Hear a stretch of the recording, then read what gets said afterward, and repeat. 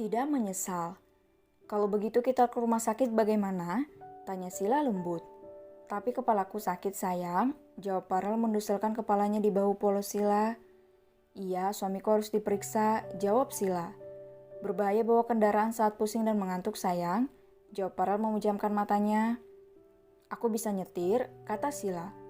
Kenapa kamu yang nyetir? Tidak mau? Tolak Parel. Kenapa tidak mau suamiku? Aku bisa bawa mobil, aku juga punya SIM. Tanya Sila heran.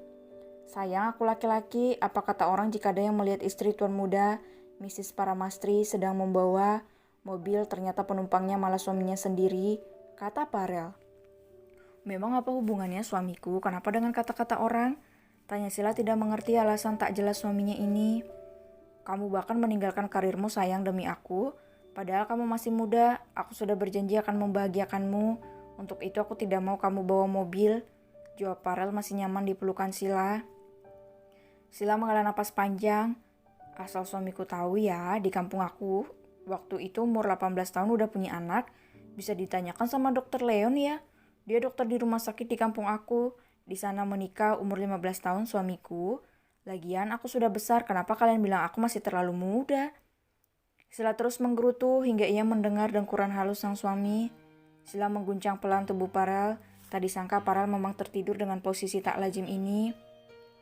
Sila akhirnya bersusah payah membantu Parel keluar dari kamar mandi dan meletakkannya di ranjang. Ia pergi ke kamar mandi untuk membersihkan diri. Kenapa suamiku jadi begini ya? Biasanya tidak pernah dia tidur jam segini. Gumam Sila melihat Parel yang tertidur pulas.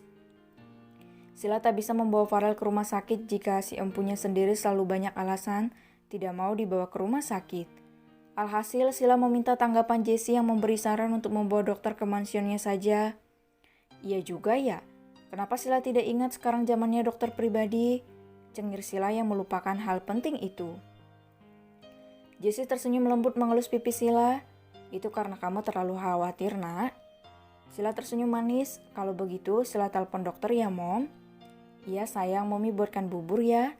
Iya Mom, jawab Sila sambil tersenyum. Jessie pun pergi ke dapur sementara Sila kembali ke kamarnya. Sila berlari ke kamar mandi mendengar suara mual-mual dan Farel tidak ada di atas ranjang. Suamiku? Panik Sila masuk ke kamar mandi. Farel tengah bersandar di dinding membuka matanya. Pandangannya sayu hingga Sila begitu iba melihat suaminya yang tiba-tiba punya penyakit misterius itu. Sayang, Farel berjalan tertatih-tatih ke Sila kembali memeluk Sila dengan lemas. Suamiku, Sila begitu sedih melihat suaminya yang biasanya begitu kuat dan sehat, rohani dan jasmani kini tiba-tiba sakit. Kita ke rumah sakit ya, bujuk Sila. Tapi, tidak ada tapi-tapian, suamiku harus diperiksa langsung oleh semua dokter. Kata Sila memaksa membawa Farel keluar kamar setelah membantunya berganti pakaian biasa. Jessie yang mendengar teriakan Sila yang meminta izin pun segera mematikan kompornya, lalu berlari keluar. Ia tertegun melihat Farel begitu menyedihkan. Kenapa begini nak? Kamu makan apa tadi, Ham? Tanya Jessie khawatir. Mom, kepala Farel pusing. Keluh Farel yang memang terlihat pucat. Ayo kita ke rumah sakit. Ajak Jessie juga ikut menemani Sila, membawa Farel ke rumah sakit. Sementara Pipi dan Diani ada di rumah sakit lain. Ia melihat keadaan ibunya Maya dan ibunya Raisa. Di rumah sakit Intan, Farel diperiksa oleh dokter. Sila dan Jessie saling berpegangan tangan menunggu hasil pemeriksaan.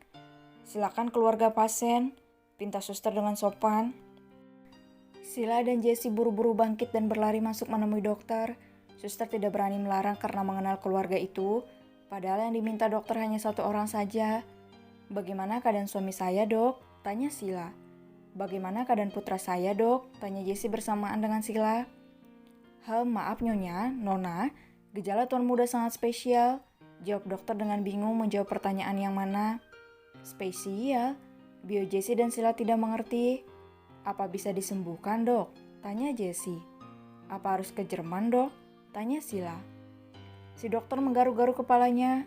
Begini Nona, Nyonya, mengenai penyakit istimewa Tuan Farel seharusnya akan sembuh jika Nona melahirkan. Jawabnya yang kebingungan mencari bahasa manusia bukan bahasa dokter. Hah? Bingung Jessie dan Sila. Dokter pria itu pun menjelaskan dengan bahasa yang lebih dimengerti oleh Sila dan Jessie, hingga mereka berdua kelihatan shock. Hah? Apa hubungannya saya hamil dengan suami saya yang sakit, Dok? Tanya Sila tidak mengerti.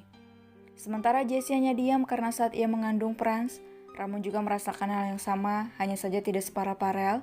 Saat itu Ramon hanya merasakan ngidam-ngidamnya saja. Setelah mendengarkan penjelasan dokter hingga Sila menganga, ia masih muda belum pernah hamil dan tidak pernah tahu ada cara pasangan suami istri hamil dengan hal unik seperti itu. Kenapa sayang? Apa kata dokter? Tanya Farel memegang tangan Sila dengan lembut. Kata dokter aku hamil suamiku dan yang sakit suamiku. Jawab Sila tidak tahu harus bahagia atau sedih mendengar berita ini. Apa? Farel tersenyum lebar dengan wajah pucatnya itu. Suamiku bahagia? Tanya Sila memegang rahang Farel dan mengusapnya lembut. Iya sayang, tentu saja aku bahagia. Jawab Farel mengelus-ngelut perut Sila. Di mana Momi? Apa Momi sudah tahu? Tanya Farel. Momi sedang tebus obat untuk suamiku dan Momi tahu? Jawab Sila. Kenapa kamu sedih sayang? Apa kamu tidak senang? Tanya Farel mendudukkan Sila dengan hati-hati di sampingnya. Tapi kenapa harus suamiku yang menderita? Sila menjawab. Farel tersenyum lembut. Itu artinya ikatan aku dengan anakku sangat kuat, Maharani. Aku tidak akan mengeluh jika apa yang aku alami itu bawaan anak kita. Benarkah? Tapi kelihatan sekali aku mau enaknya aja minta duit suamiku. Kesal Sila seperti anak kecil yang tak terima dibilang pemalas, tidak mau kerja, hanya tahu minta saja. Beberapa hari ini Sila selalu minta uang pada suaminya. Farel tidak pernah bertanya untuk apa uangnya dan selalu memberikannya uang untuk sang istri, bahkan menyediakan berangkas uang supaya istrinya bisa mengambilnya dengan mudah. Farel membelikan black card, tapi istrinya itu jarang menggunakannya. Jika tidak Kamal, kartu itu tidak akan digunakan Sila. Farel tertawa lebar lalu mengelus sayang kepala Sila. Kamu mau menikah denganku saat masih muda itu adalah kebahagiaanku. Sekarang kamu sedang hamil anakku, tidak ada yang lebih membahagiakan dari dua hal itu sayang. Hiks. Sila menangis seketika menutupi matanya. Sayang, kamu kenapa? Tanya Farel panik memegang pipi Sila. Suamiku terlalu baik, jawab Sila dengan matanya yang basah. Farel tersenyum mengusap air mata Sila. Masih menyesal? Tidak lagi, jawab Sila memberenggut. Farel memeluk dan mencium puncak kepala Sila. Awalnya ia juga tidak tahan dengan rasa mual yang menyiksanya. Tak disangka olehnya ini adalah efek kehamilan Sila. Betapa bahagianya Farel mendapatkan kabar itu.